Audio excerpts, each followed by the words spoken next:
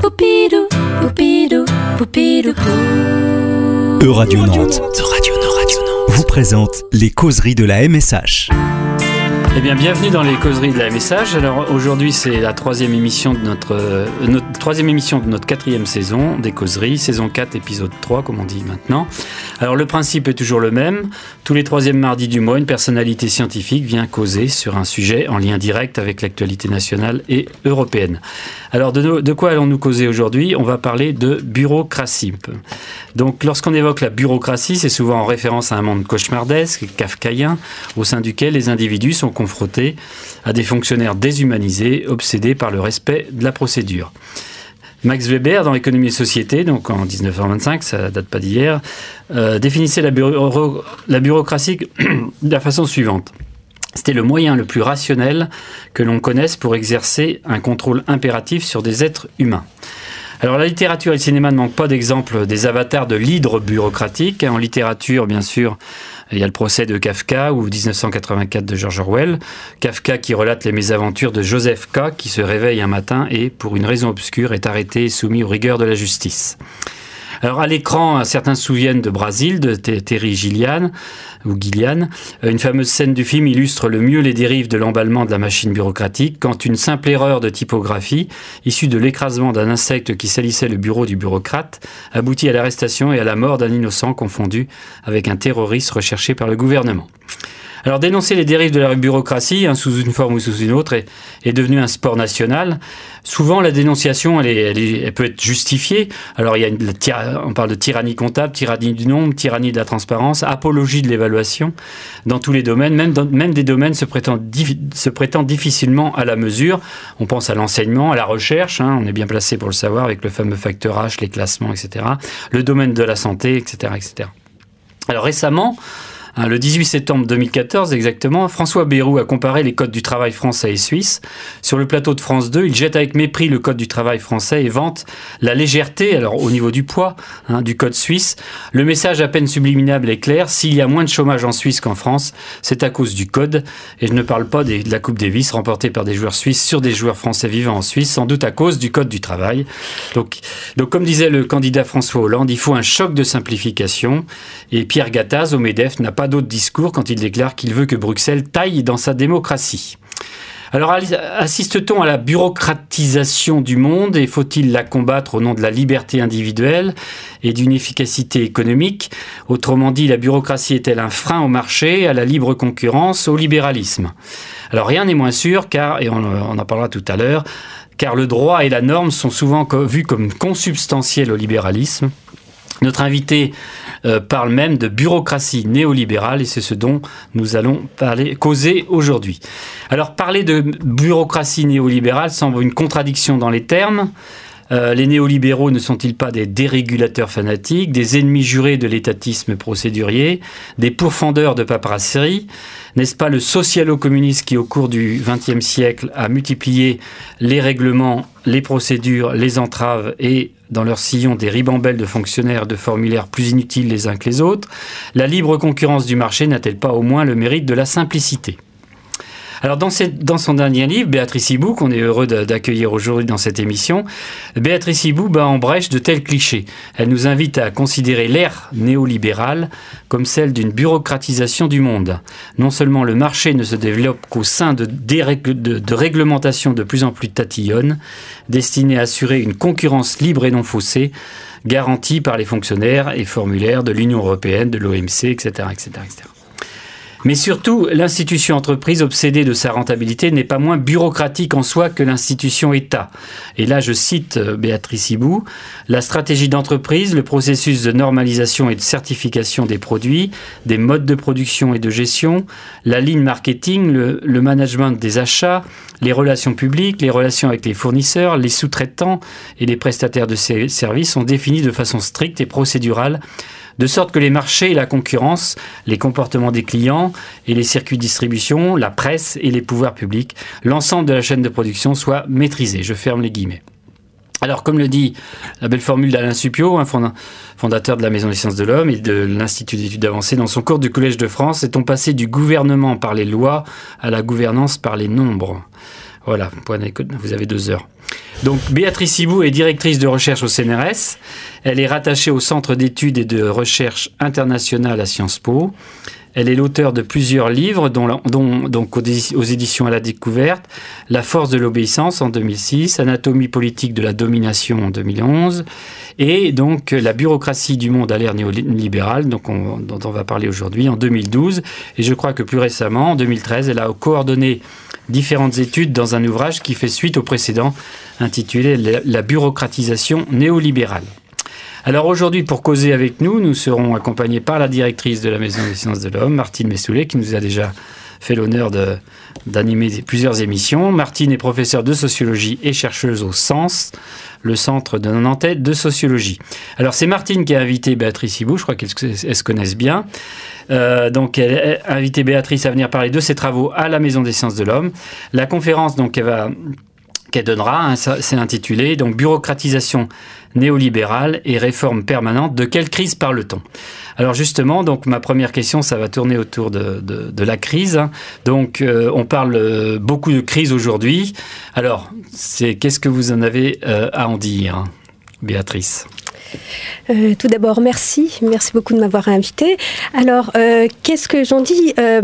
D'une certaine façon, la crise, on pourrait dire ou plutôt la bureaucratie ou la bureaucratisation, c'est le contraire de la crise, puisque la crise, c'est finalement la définition d'un point de rupture, de déséquilibres fondamentaux, l'exacerbation de tensions et l'accroissement de l'incertitude. Alors même que la bureaucratisation, c'est un processus de rationalisation, et si on continue sur l'analyse weberienne, un processus de rationalisation qui accompagne la division du travail, la spécialisation, la formation technique et l'évaluation par des procédures impersonnelles, etc., mais qui est lié précisément à ce besoin de calculabilité et de prévisibilité. Donc, d'une certaine manière, la bureaucratisation, c'est le contraire de la crise. Et donc, on pourrait, de façon peut-être dire paradoxale, finalement, à travers la bureaucratisation, on ne peut pas dire grand-chose de la crise. Pourtant, moi, je pense que on peut dire beaucoup sur la crise, mais si on accepte d'avoir une réflexion plutôt méthodologique et de dire et d'essayer de comprendre qu'est-ce que quand on convoque le mot crise, qu'est-ce que l'on fait Pardon. Et quand on convoque le mot crise, en fait, on convoque tout un système de pensée. Qui est un système de pensée qui vient directement de la biologie, puisque c'est un terme médical, qui vient de la médecine. Et donc, on convoque une pensée qui conçoit la société comme un système, comme un individu, d'une certaine façon, et donc comme un monde clos. Un système fermé qui est d'une certaine manière autorégulateur ou du moins qui a son système de régulation interne. Donc on voit bien à travers ça qu'on a tout un ensemble de présupposés qui enferment la pensée dans la recherche de causes ultimes, dans une relation de causalité assez univoque, et que la pensée en termes de crise convoque tout ça avec elle. Et si on continue à essayer de penser avec Weber, il me semble qu'au contraire, Weber qui a aussi critiqué cette pensée organiciste, et qu'est-ce qu'il nous dit Weber? Il nous dit il faut penser à travers non pas il faut penser non pas à travers cette métaphore biologique, mais regarder les faits, regarder l'action sociale. Et il nous propose au contraire de cette pensée organiciste une pensée, même pas de la société, qui elle aussi reprend cette métaphore du système, mais de l'action sociale. Et donc, allez-y, voilà. Et donc, si on continue dans ce raisonnement, cette pensée de l'action sociale, c'est ce que j'essaye de faire à travers le processus de bureaucratisation. C'est essayer de regarder ce qui peut être une des caractéristiques, je ne dis pas que c'est la seule, mais c'est une des caractéristiques du monde actuel, qui est effectivement l'augmentation des normes, des procédures, des règles, de la quantification, du codage, et essayer de le problématiser. Et il m'a semblé que le problématiser en termes de bureaucratisation néolibérale permettait précisément de sortir de ce discours creux de la crise, une crise dont on ne sait plus ce qu'elle est vraiment, quelle signification elle a tant elle est convoquée, mais qu'en partant de ces faits et de les problématiser en termes de bureaucratisation néolibérale, ça nous permettait de penser l'action sociale, ça nous permettait de penser les rapports de domination, ça nous permettait de penser l'action politique. Oui, alors quand vous dites, j'ai du mal à comprendre enfin on en parlera peut-être dans la suite de l'émission, puisque c'est la deuxième, on arrive au terme de cette première partie, mais je comprends. Alors, la crise, est-ce que la crise, elle est, parce que est-ce qu'elle est, il y en a qui veulent donc supprimer cette bureaucratisation, enfin aller à l'alléger, quoi. Et donc d'un autre côté, voilà, je vois pas bien le rapport, moi. Alors, effectivement, dans ce que je viens de dire, le rapport est uniquement en termes de pensée, de problématisation. Et donc, en gros, si je continue, ma thèse, c'est de dire penser en termes de crise n'apporte rien dans les explications. Il faut partir de faits. Et dans ces faits, moi, j'en ai choisi certains que je problématise en termes de bureaucratisation. D'accord. Après, effectivement, quand on prend ces faits et qu'on essaye de les interpréter, certains vont pouvoir dire c'est un révélateur d'une crise, ou au contraire, les nouvelles normes qui sont sous-jacentes à cette bureaucratisation néolibérale sont des politiques de crise, c'est-à-dire des politiques pour faire face à la crise. Donc tout dépend du point de vue dans lequel on se place, et c'est ça aussi qui est important dans cette démarche weberienne qui est la mienne, c'est que les faits n'ont pas un sens qui leur sont assignés. Le sens est fonction de valeurs. Weber parlait de polythéisme des valeurs. Il est fonction de la situation dans laquelle on se trouve, des rapports de force, etc. Donc, la bureaucratisation, ce n'est ni une bonne chose, ni une mauvaise chose. C'est un fait social qu'il faut analyser. D'accord, merci. Pour cette première partie, on reprend après la pause musicale.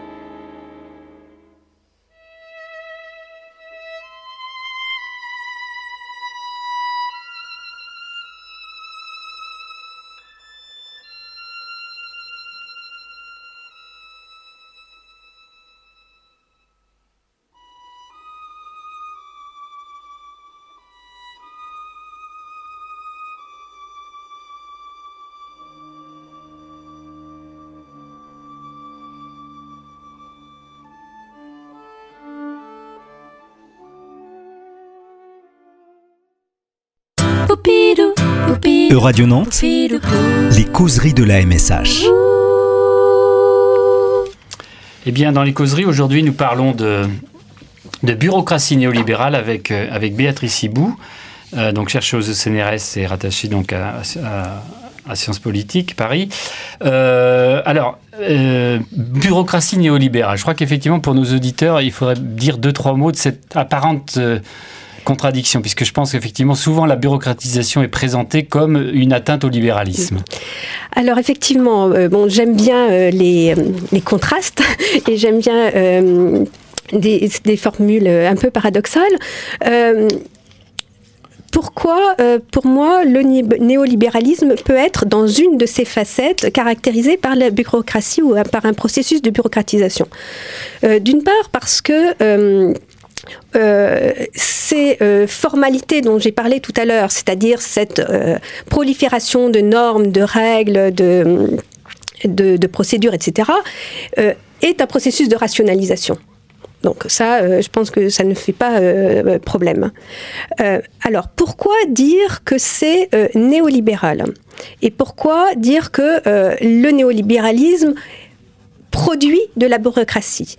Alors, il produit de la bureaucratie parce que, précisément, contrairement à la Vulgate, le néolibéralisme, ce n'est pas l'absence de l'État, c'est la présence d'interventions publiques conformes au marché et à l'entreprise, et créateur d'un environnement, Michel Foucault parlait de politique de cadre, ou politique d'environnement, producteur d'un cadre ou d'un environnement favorable au marché et à l'entreprise.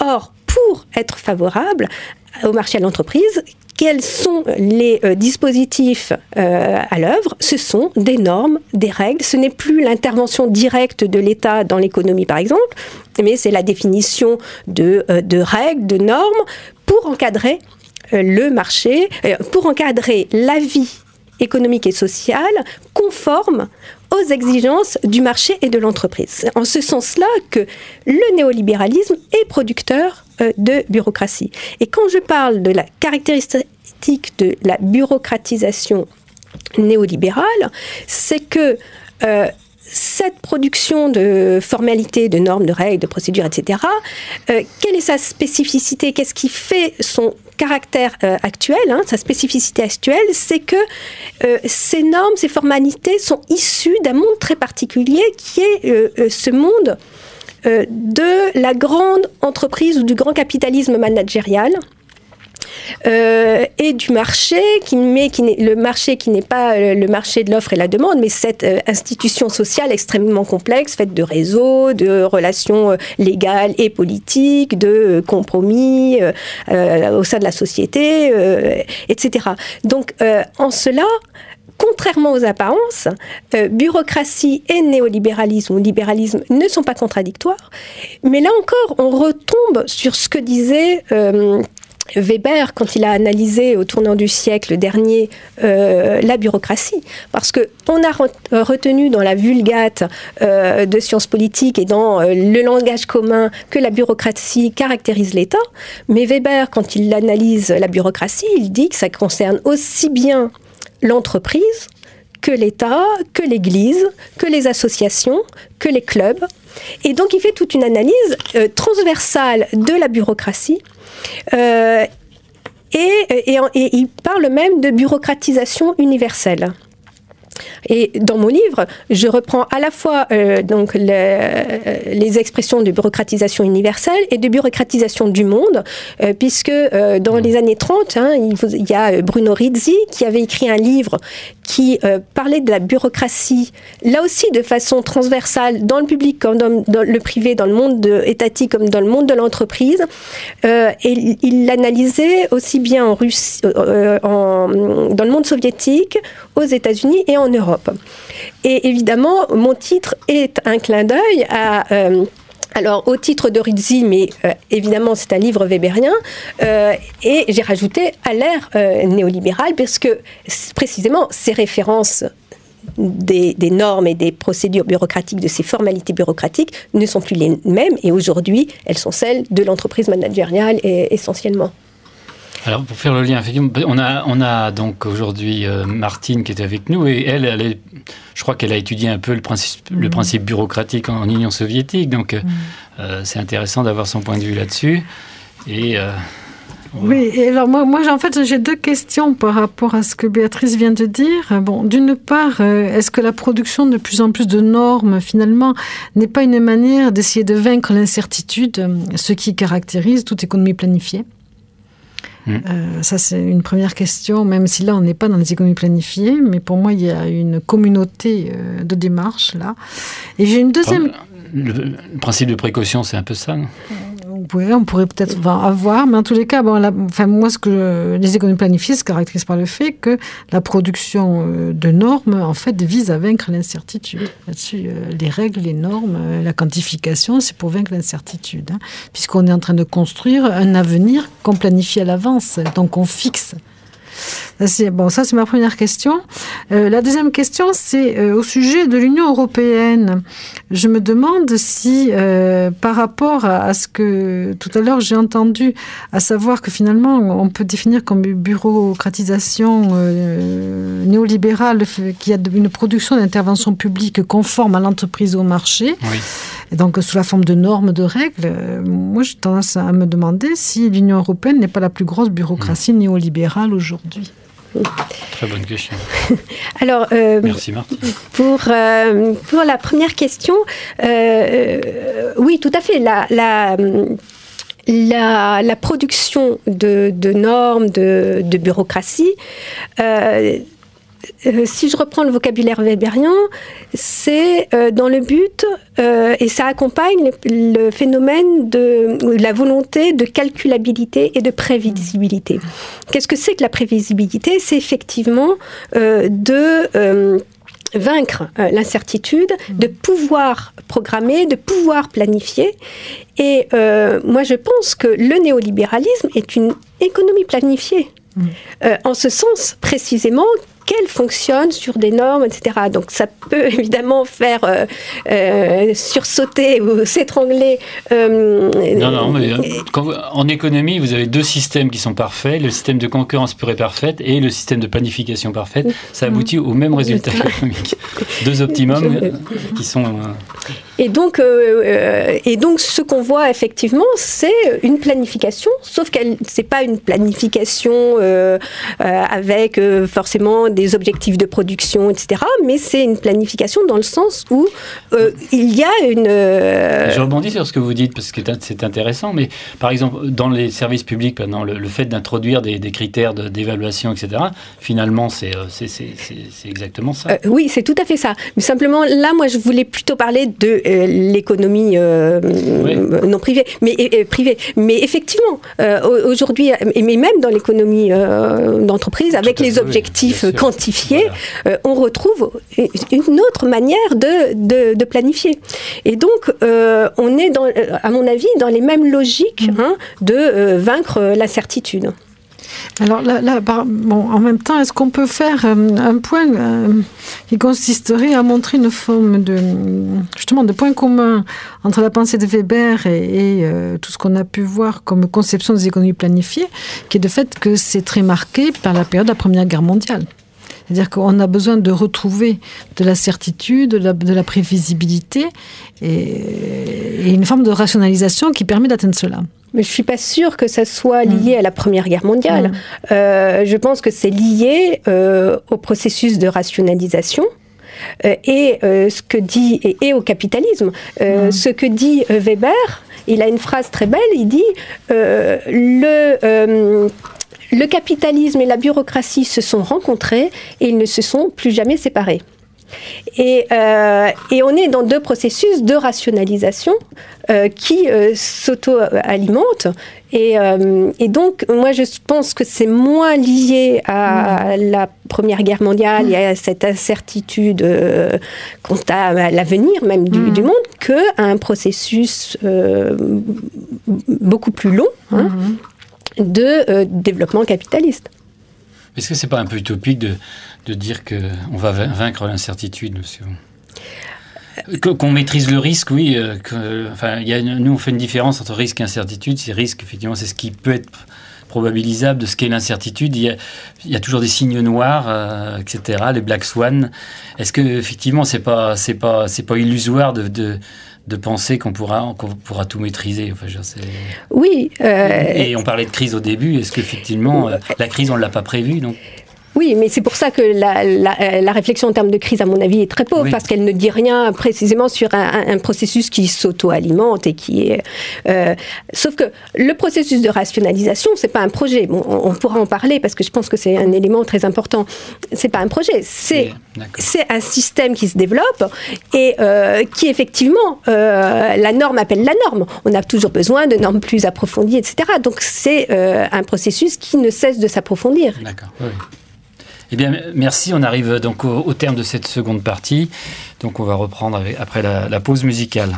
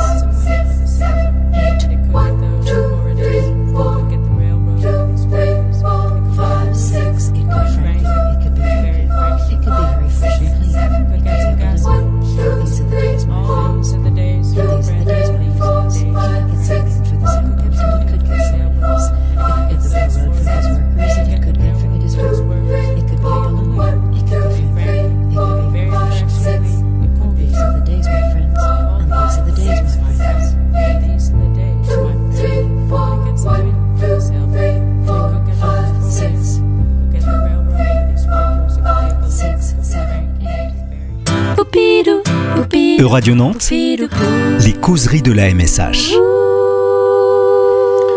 Eh bien, nous accueillons aujourd'hui dans les causeries de la MSH, nous accueillons donc Béatrice Hibou, donc directeur de recherche au CNRS à Sciences Po, et Martine Mespoulet, qui est directrice de la Maison des Sciences de l'Homme. Ange Guépin, donc tout à l'heure je citais Pierre Gattaz qui disait qu'il fallait tailler dans la bureaucratie de Bruxelles. Je crois que Martine avait une question qui concernait l'Union européenne et effectivement, on va peut-être parler justement de cette bureaucratie donc de l'Union européenne. Juste un mot sur le choix de la musique.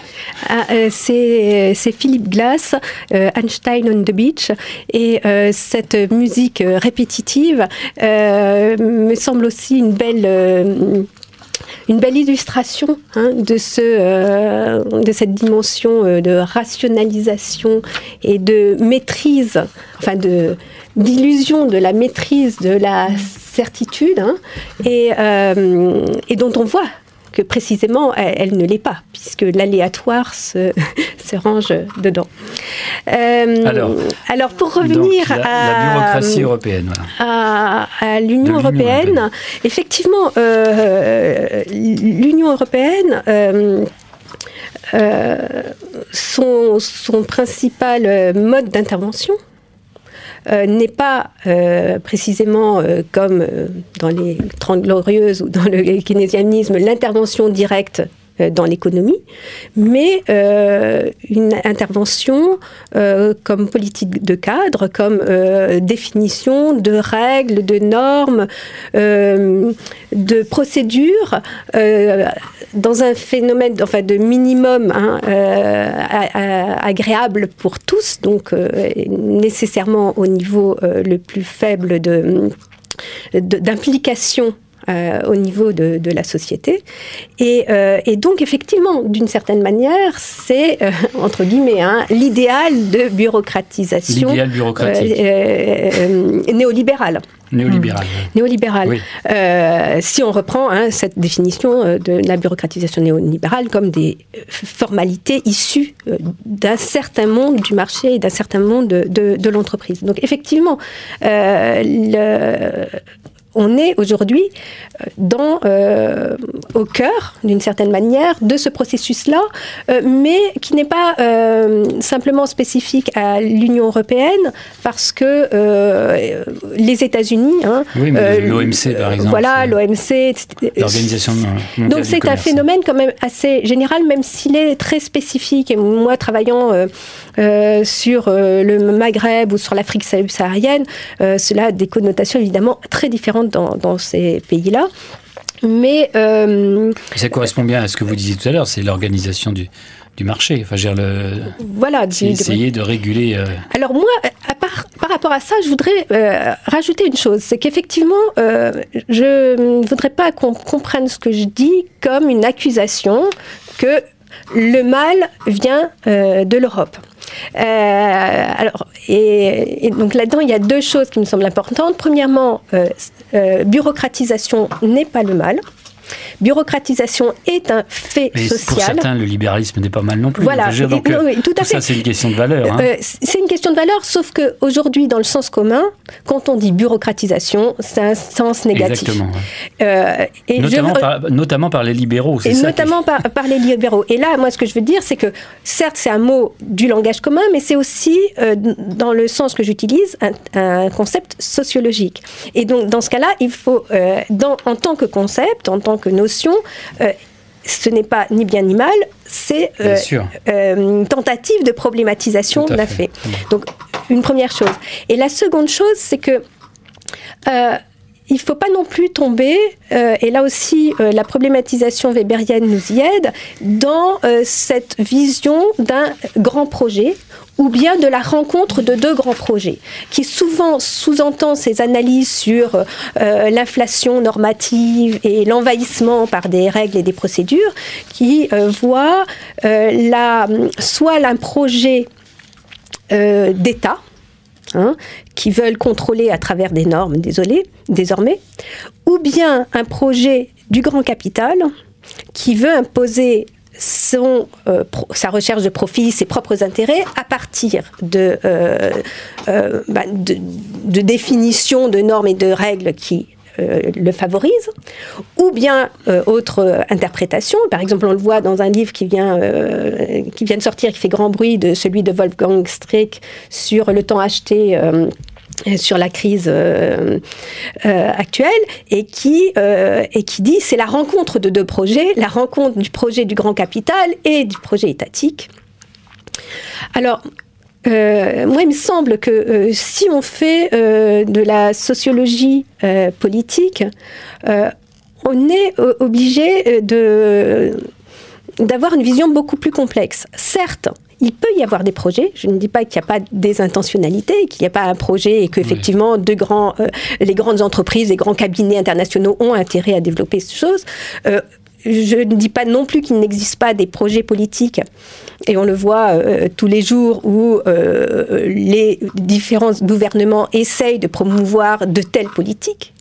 Mais si on regarde comment ça se diffuse et pourquoi ça prend une telle importance, on ne peut le comprendre que si on prend l'ensemble des acteurs sociaux et l'ensemble des relations et qu'on voit comment cette armature, comment cette idéologie prenne corps, hein, et comment elles s'incarnent dans la société. Et elles le font à travers ce que Weber appelle des groupes porteurs. C'est-à-dire, alors ça peut être effectivement des producteurs de normes. Hein, on sait bien que l'économie des normes est énorme aujourd'hui, mais ça peut être aussi le monde de l'expertise, de la consultation, etc., qui sont des marchés à part entière. Mais ces groupes porteurs peuvent être aussi beaucoup plus diffus dans la société. Et par exemple, cette demande, cette production bureaucratique, elle s'imprègne et elle se diffuse aussi parce qu'elle répond à des attentes de la société. Alors, quand je dis attentes de la société, bon, on pourrait reprendre le thème tout à l'heure soulevé par Martine de l'incertitude. Ces demandes, ça peut être justement une demande de sécurité, de prévisibilité qui favorise la diffusion de normes. Ça peut être aussi une demande de justice sociale. Et on sait bien que tous ces processus bureaucratiques, et ça, tous les travaux le montrent bien sur la naissance des bureaucraties, et Weber est là encore fondamental, ce système-là se développe souvent en opposition à des systèmes antérieurs, patrimoniaux ou charismatiques, etc., si on reprend les catégories, et donc qui sont liés à une personnalisation et donc à des liens personnels. Et le système bureaucratique, qui est un système de rationalisation, entend précisément développer des critères, des normes qui ne sont pas liées aux personnes, et donc qui répondent à une demande de justice. Et dans exactement, dans les normes néolibérales, alors si on prend un exemple, effectivement, dans notre monde de la recherche, on peut crier aujourd'hui contre les appels d'offres, contre les dossiers qu'on doit remplir et les cases qu'on doit remplir pour un recrutement ou pour un financement de recherche. Et on peut le voir de multiples façons. On peut le voir comme un système chronophage, totalement inutile, qui nous fait faire un travail bureaucratique alors qu'on est censé faire un travail intellectuel, etc., etc. Mais en même temps, ça répond à cette demande de lutte contre le népotisme, le clientélisme, etc.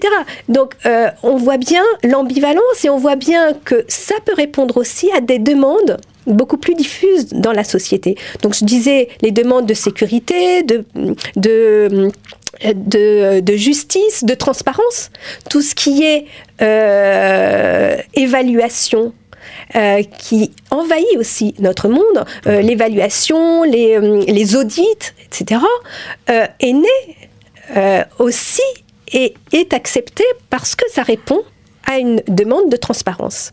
Donc, quand je donne tous ces exemples et on pourrait en donner beaucoup d'autres, c'est pour bien montrer qu'on n'est pas face à une machine, à un projet qui veut contrôler, qui veut dominer, qui veut définir et tout prévoir. On est dans des processus qui sont faits de l'interaction entre effectivement des acteurs qui ont des stratégies et qui ont des intentions bureaucratiques, mais aussi d'actions beaucoup plus diffuses et qui accompagnent de façon intentionnelle ou non intentionnelle, voulue ou non voulue, consciente ou non, ce processus-là. Eh bien, merci Béatrice pour ces éclaircissements. Donc, on arrive donc au terme de cette troisième partie. On reprendra après la pause musicale.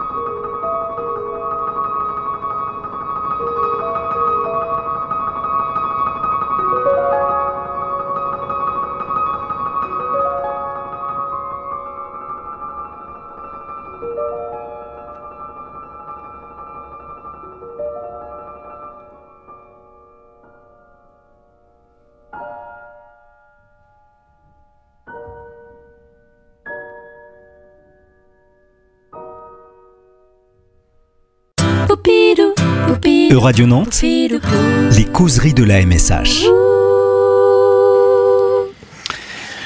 Voilà, donc nous accueillons aujourd'hui Béatrice Hibou qui nous parle de la bureaucratisation du monde à l'ère néolibérale. Alors, on est resté un peu théorique tout au long de cette émission. Est-ce qu'on pourrait avoir des... Parce que je le sais que dans votre bouquin, vous étayez un petit peu vos propos par des études de cas. Donc on va peut-être... Parlez-nous un petit peu d'un cas, justement, pour nous illustrer effectivement ce monde de la bureaucratie. Je pourrais l'illustrer par un exemple assez évident, je pense qu'il parle à tout le monde, qui est celui du monde médical, de la santé, à travers l'exemple d'une infirmière. Ce qui est intéressant par là, c'est qu'on voit d'une part comment, et c'est le principe même de la bureaucratisation néolibérale, des normes qui sont issues d'un milieu particulier sont diffusées à l'ensemble de la société, y compris dans des secteurs qui, comme ceux du service public, qui n'ont rien à voir avec le monde de l'entreprise managériale. Et on le voit, alors c'est bien connu avec le New Public Management et les partenariats publics-privés, on voit bien comment donc c'est la volonté d'appliquer les normes du privé dans le public. Dans le public, voilà. Et donc, ça se concrétise de façon très très forte par la transformation de la profession, du métier, Et on voit, et si on suit aujourd'hui, c'est ce que j'ai essayé de faire, de suivre le travail d'une infirmière. Aujourd'hui, certes, elle fait son travail, elle continue à faire des soins, à faire des piqûres, des prises de sang, je ne sais quoi, mais en même temps, elle fait elle-même un travail de bureaucrate extrêmement... faisant un travail avec des infirmières, j'avais détecté tout au long de la journée le nombre de feuilles qu'elles signent, qu'elles doivent remplir, qu'elles doivent coder... et qui prend, et on a essayé de calculer en termes de temps, et on est arrivé à peu près un tiers du temps de l'infirmière qui est passé en opération bureaucratique. Alors, certaines d'entre elles sont vécues comme nécessaires et comme aidant le travail, mais une grande partie d'entre ces activités bureaucratiques est considérée comme chronophage, n'étant pas dans l'intérêt du travail infirmier, ni du patient, ni de l'infirmière, et alimentant finalement une structure bureaucratique managériale au sein de l'hôpital. Alors ça illustre cette dimension, par exemple, de chronophagie de la bureaucratie qui est simultanément une volonté de contrôle, savoir si le travail est bien fait, qui répond aussi à des demandes de transparence, savoir répondre soit à la hiérarchie, soit aux patients, si le travail a été fait, à quel moment, etc. Donc une demande de contrôle, de suivi, de maîtrise. Mais qui transforme le métier et crée beaucoup de tensions, et on le voit bien avec la rotation dans le monde infirmier extrêmement grande. Mais si on ne dit que ça, on ne dit qu'une partie de l'histoire. Parce que ce que j'essaye de montrer, c'est que bien sûr, l'envahissement de ces normes qui sont issues d'un autre monde crée des contraintes, mais simultanément, la société ne peut pas être uniquement faite de ce monde des formalités néolibérales de cette bureaucratie. Et il y a toujours des à-côté. Et pourquoi il y a des à-côté ? C'est que précisément, et ça, on retrouve le parallèle avec le monde soviétique, on a beau vouloir tout encadrer, vouloir tout planifier, on est toujours, et la planification était aussi un lieu de compromis et de négociation, on est obligé de faire avec. Et on doit faire avec des manquements matériels, donc il manque une couverture, on est obligé d'aller bricoler, on est obligé, on a beaucoup trop de travail, on ne peut pas remplir la feuille, et bien on remplit la feuille qu'à moitié, et donc on va reporter qu'une partie du travail, mais qui sera fait, etc., etc. Donc le monde concret, il est fait certainement de toutes ces normes, mais il est fait aussi d'adaptation à ces normes, d'invention autour de ces normes, de bricolage en choisissant quelle est la norme qu'on va suivre ou celle qu'on ne va pas suivre, voire d'informalité. Parce que tout le monde qui connaît le monde de l'hôpital sait bien que de temps en temps, on fait carrément en dehors de la norme pour pouvoir faire son travail ou pour faire face à des situations.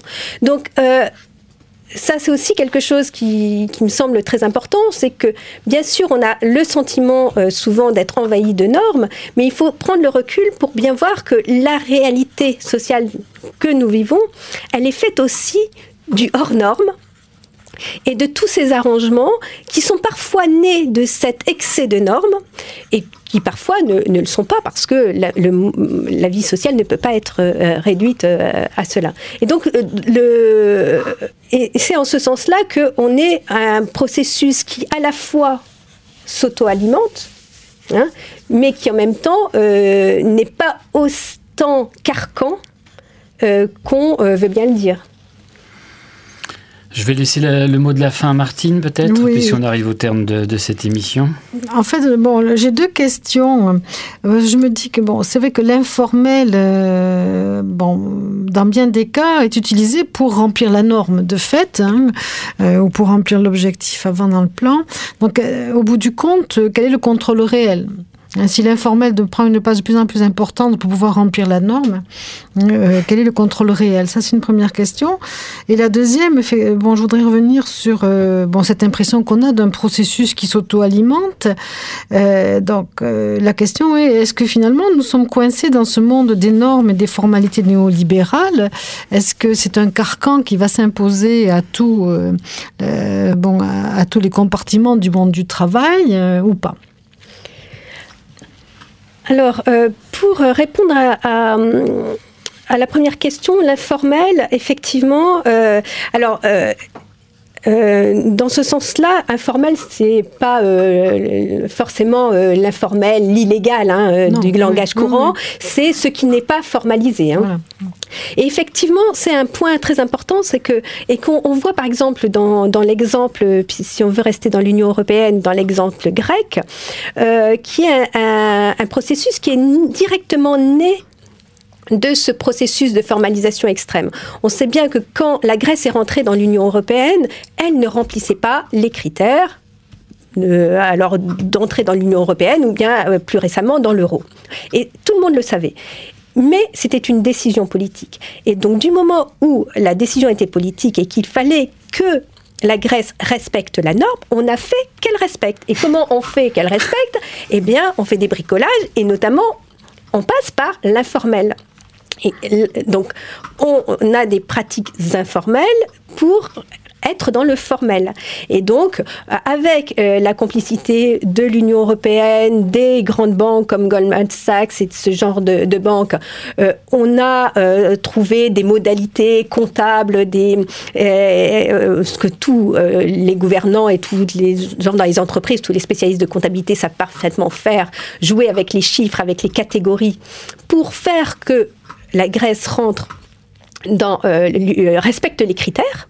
Et donc, effectivement, on rentre dans ce moment-là dans un processus qui n'est pas forcément contrôlable.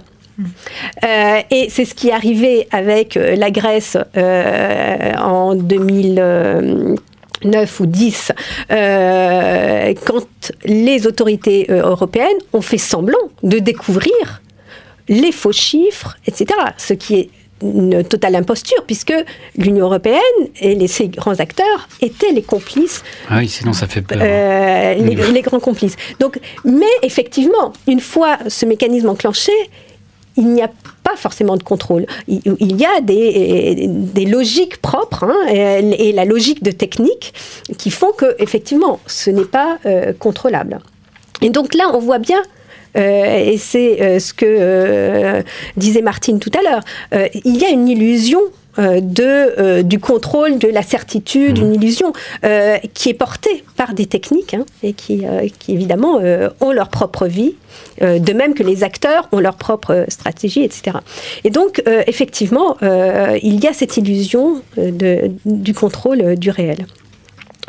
Alors, est-ce que le processus s'auto-alimente? C'est une très belle continuité de ce que je viens de dire. Effectivement, le processus s'auto-alimente puisque la norme appelle toujours plus de normes. Est-ce que trop de normes tue la norme? Non. Alors, la norme...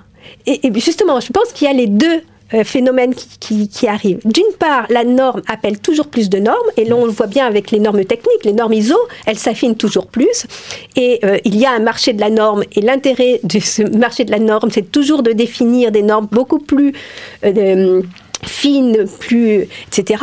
Ça s'alimente aussi puisque on est dans un système de diffusion de normes qui sont issues d'un monde et qui vont vers des mondes totalement autres, et donc il y a un processus d'adaptation, et dans ce processus d'adaptation, on appelle d'autres normes, d'autres règles, etc. Donc effectivement, il y a un processus d'auto-alimentation de la norme, mais simultanément, comme l'exemple grec vient de le souligner, cette obsession de la norme appelle aussi des modalités non normalisées,